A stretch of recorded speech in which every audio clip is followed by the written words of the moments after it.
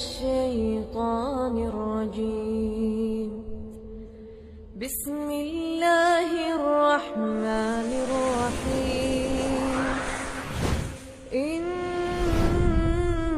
الذين قالوا ربنا الله ثم استقاموا تتنزل عليهم الملائكة ألا تخافوا تتنزل عليهم الملائكة ألا تخافوا ولا تحزنوا وأبشروا بالجنة التي كنتم توعدون. عبده ورسوله. أما بعد فإن خير الحديث كتاب الله وخير الهدي هدي محمد صلى الله عليه وسلم وشر الأمور محدثاتها وكل محدثة بدعة وكل بدعة ضلالة وكل ضلالة في النار. أعوذ بالله من الشيطان الرجيم. بسم الله الرحمن الرحيم. تتجافى جنوبهم عن المضاجع يدعون ربهم خوفا وطمعا ومما رزقناهم ينفقون. وعن عبد الله بن مغفل المزني رضي الله عنه قال قال رسول الله صلى الله عليه وسلم بين كل اذانين صلاة. رواہ البخاری.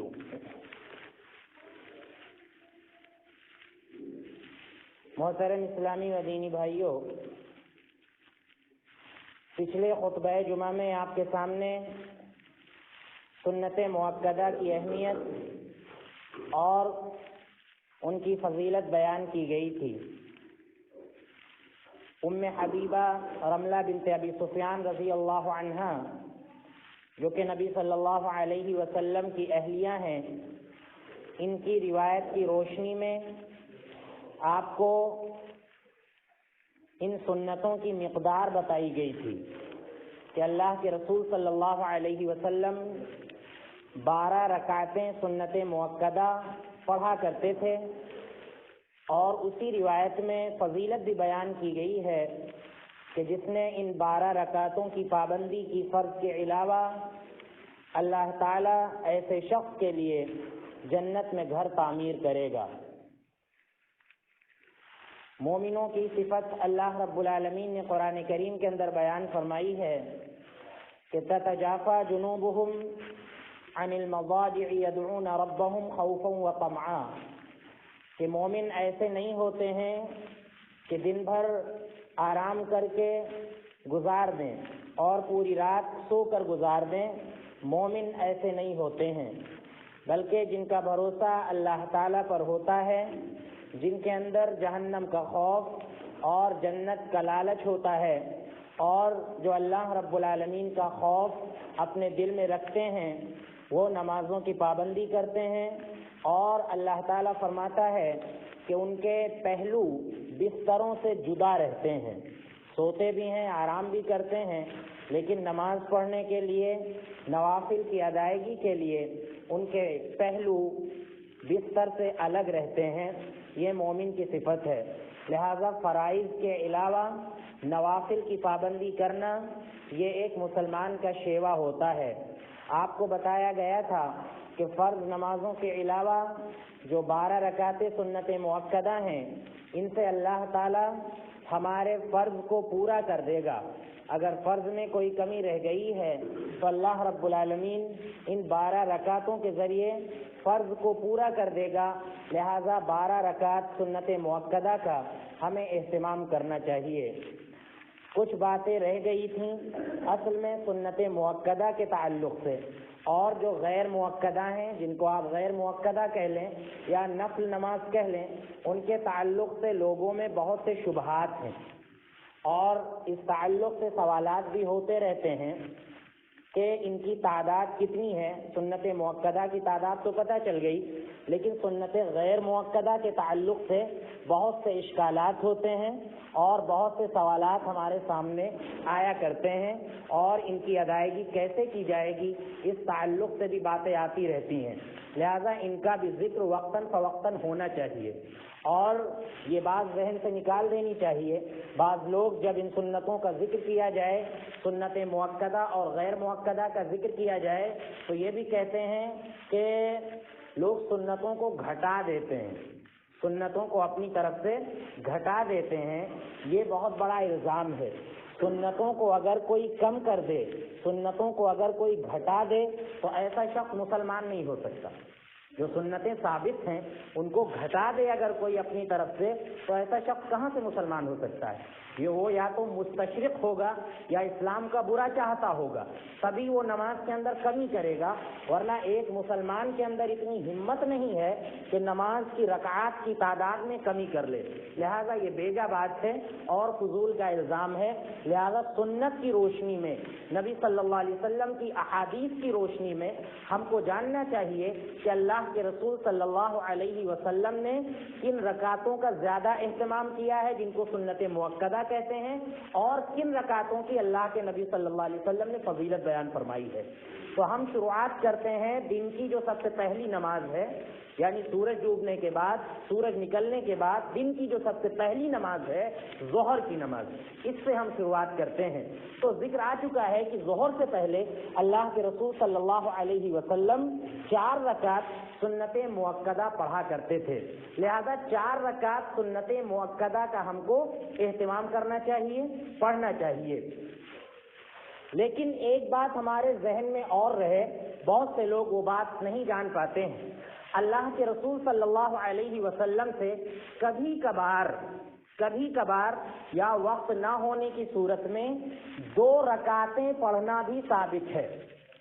بخاری کی روایت ہے، ابن عمر رضی اللہ عنہ کہتے ہیں کہ حفظت من النبی صلی اللہ علیہ وسلم 10 رکعات، رکعتین قبل الظہر و رکعتین بعدها.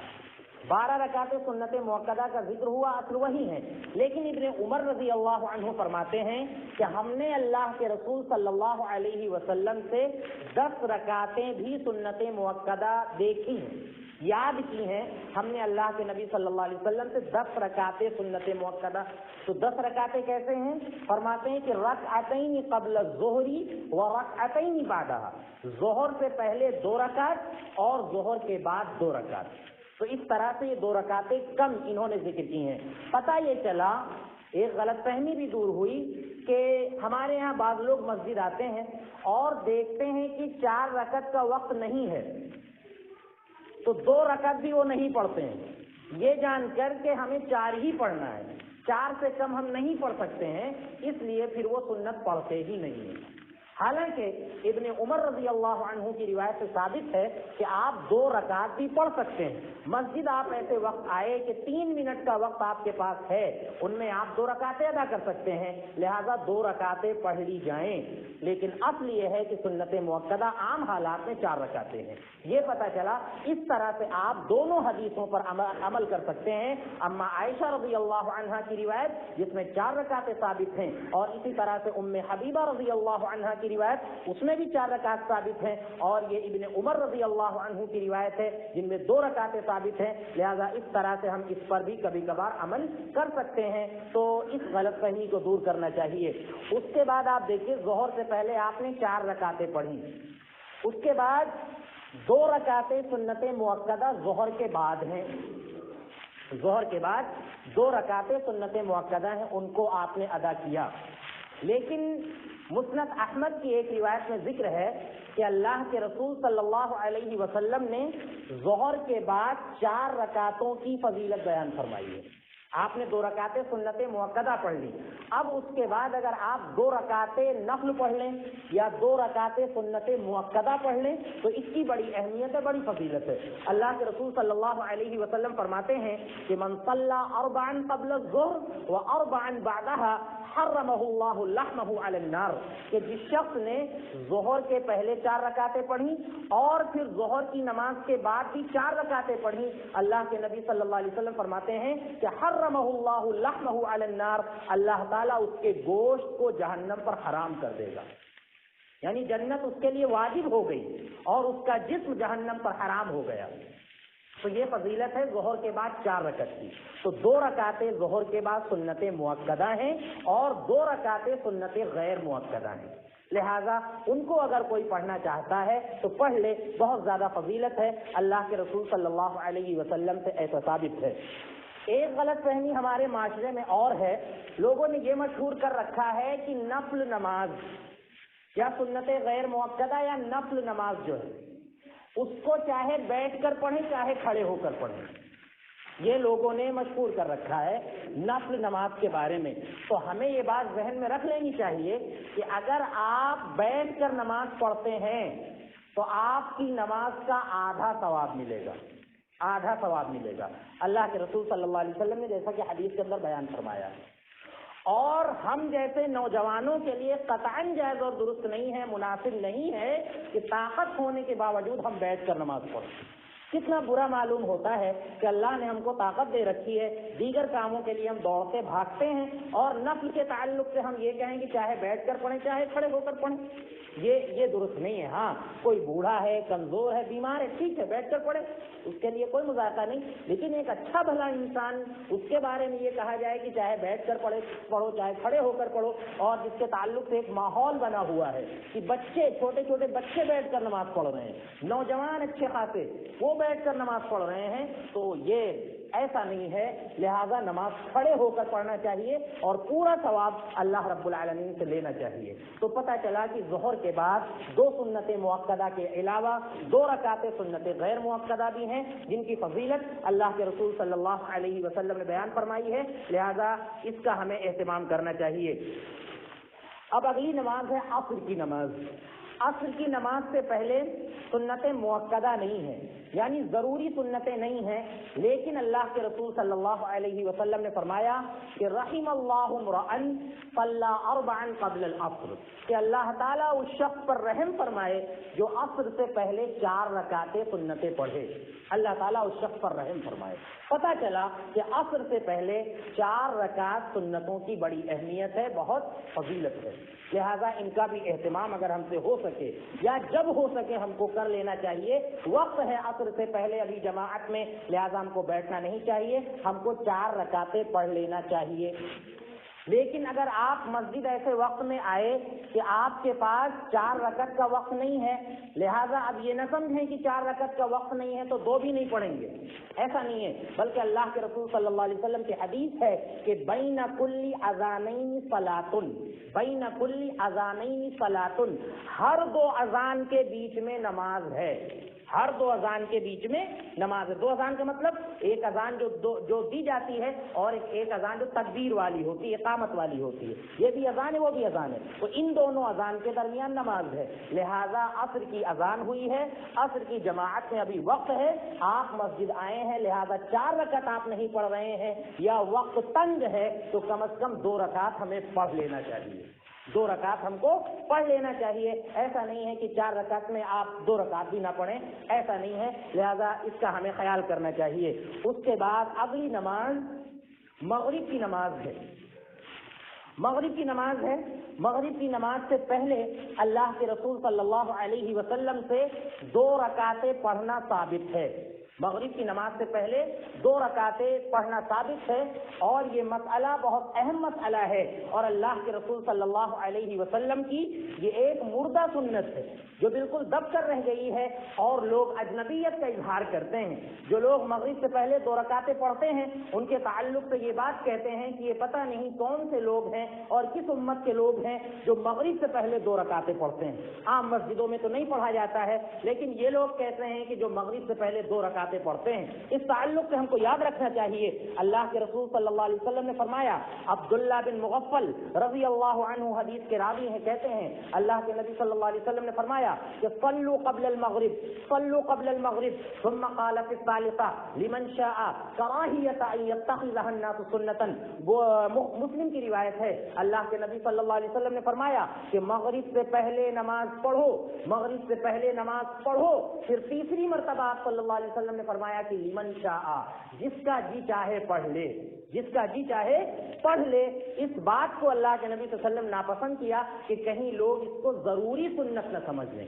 سنت مؤکدہ کی طرح ان کو ضروری سمجھ لیں، ان کا اہتمام نہ کرنے لگیں۔ اس لیے تیسری مرتبہ آپ نے فرمایا کہ لمن شاء، جس کا جی چاہے وہ پڑھ لے۔ اس روایت سے پتہ چلا کہ اللہ کے رسول صلی اللہ علیہ وسلم سے 2 رکعت مغرب سے پہلے پڑھنا ثابت ہے۔ حضرت انس رضی اللہ عنہ فرماتے ہیں کہ اللہ کے نبی صلی اللہ علیہ وسلم کے زمانے میں ہم لوگ مغرب سے پہلے اتنی کثرت سے نماز پڑھا کرتے تھے کہ اگر کوئی شخص بعد میں آتا اذان کے بعد تو اس کو یہ شبہ ہونے لگتا کہ یہ پتہ نہیں یہ فرض کے بعد کی نماز ہے یا کون سی نماز پڑھ رہے ہیں۔ وہ یہ سمجھتے کہ نماز ہو چکی ہے، یعنی اتنا زیادہ اہتمام ہوتا تھا۔ اور صحابی فرماتے ہیں کہ مغرب کی اذان ہوتی تھی تو ہم لوگ مسجد میں آگ تلاش کرنے لگتے تھے کہ وہاں جا کر ہم 2 رکعتیں پڑھ لیں۔ اللہ کے رسول صلی اللہ علیہ وسلم ثابت ہے، لہذا اس بات کا ہم کو خیال کرنا چاہیے اور اتنی اجنبیت کا اظہار نہیں کرنا چاہیے کہ ایک واضح سنت جس کا ذکر حدیث کی صحیح کتاب کے اندر موجود ہے، مسلم شریف کے اندر موجود ہے کہ اللہ کے رسول صلی اللہ علیہ وسلم مغرب سے پہلے سنتوں کا اہتمام کیا کرتے تھے، لہذا اس کو ہمیں جان لینا چاہیے اور اس سنت کا اہتمام بھی ہونا چاہیے اور اس کے لیے 5 منٹ کا وقت کم سے کم ہمیں دینا چاہیے۔ ہم دیکھیے حرمین کو ہم کسی معاملے میں دلیل نہیں مانتے ہیں، بہت سے معاملات میں ہم مان لیتے ہیں لیکن بہت سے معاملات میں ہم ان کو دلیل نہیں مانتے ہیں کیونکہ وہ ہمارے لیے حجت نہیں ہے۔ لیکن آپ وہاں دیکھ لیجئے مسجد حرام اور مسجد نبوی میں اس بات کا اہتمام ہوتا ہے کہ اذان کے بعد وہاں پر تھوڑا سا وقت دیا جاتا ہے، جو لوگ سنت پڑھنے والے ہوتے ہیں وہ سنت کی ادائیگی کر لیتے ہیں۔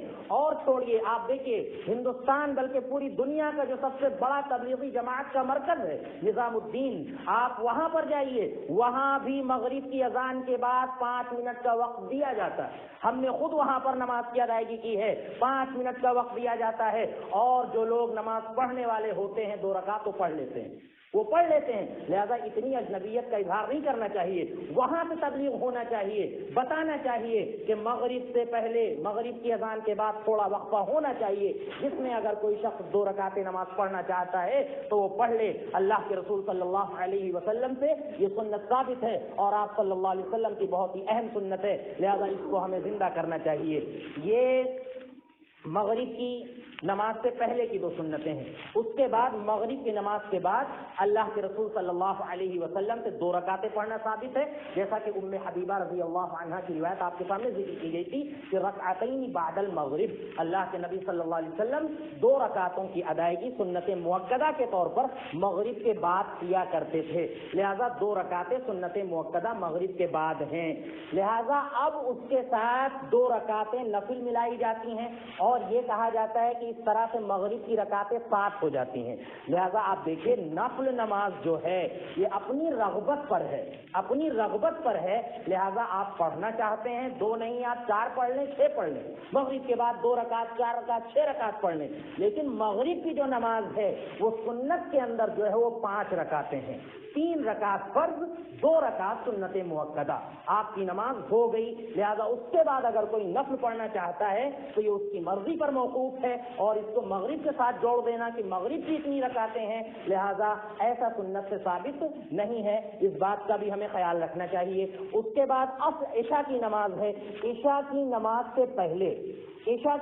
سے پہلے ہمارے یہاں 4 رکعت سنتوں کا ذکر کیا جاتا ہے کہ 4 رکعتیں عشاء سے پہلے ہیں، لہذا اس تعلق سے بھی ہمیں دھیان میں رکھنا چاہیے۔ ایک بہت بڑے بزرگ ہیں، عالم دین ہیں، محمد یوسف بنوری، اور یہ حنفی عالم دین ہیں اور محدث بھی ہیں۔ یہ فرماتے ہیں اپنی کتاب معارف السنن کے اندر کہ عشاء سے پہلے جو 4 رکعتیں سنتیں پڑھی جاتی ہیں، اس تعلق سے ہم نے حدیث کی ساری کتابیں چھان ماری، بخاری سے لے کے ابن ماجہ، ترمذی، ابو داؤد، مسند احمد، حدیث کی جتنی بھی کتابیں ہیں سب میں ہم نے چھان مارا، ہم کو عشاء سے پہلے 4 رکعت سنتوں کا ذکر اللہ کے نبی صلی اللہ علیہ وسلم کی حدیث سے نہیں ملا کہ 4 رکعتیں عشاء سے پہلے ضروری طور پر یا سنت غیر مؤکدہ کے طور پر پڑھی جاتی تھی اللہ کے نبی کے دور میں یا نبی صلی اللہ علیہ وسلم، ایسا ہم کو نہیں ملا۔